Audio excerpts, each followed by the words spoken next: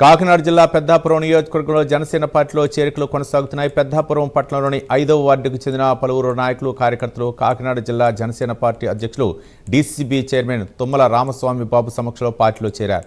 జనసేన కార్యాలయంలో జరిగిన ఈ కార్యక్రమంలో కొత్తగా చేరిన వారికి పార్టీ కండువాలు కప్పి సాధారణంగా స్వాగతం పలికారు.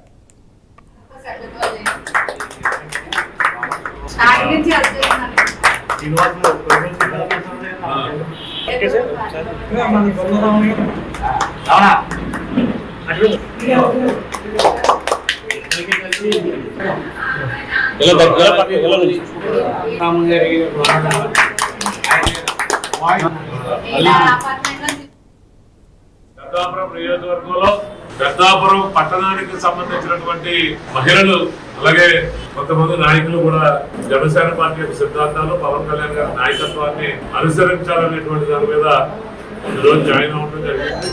వారందరికీ కూడా జనసేన పార్టీ కుటుంబంలోకి సాధారణంగా ఆహ్వానిస్తా ఉన్నాం.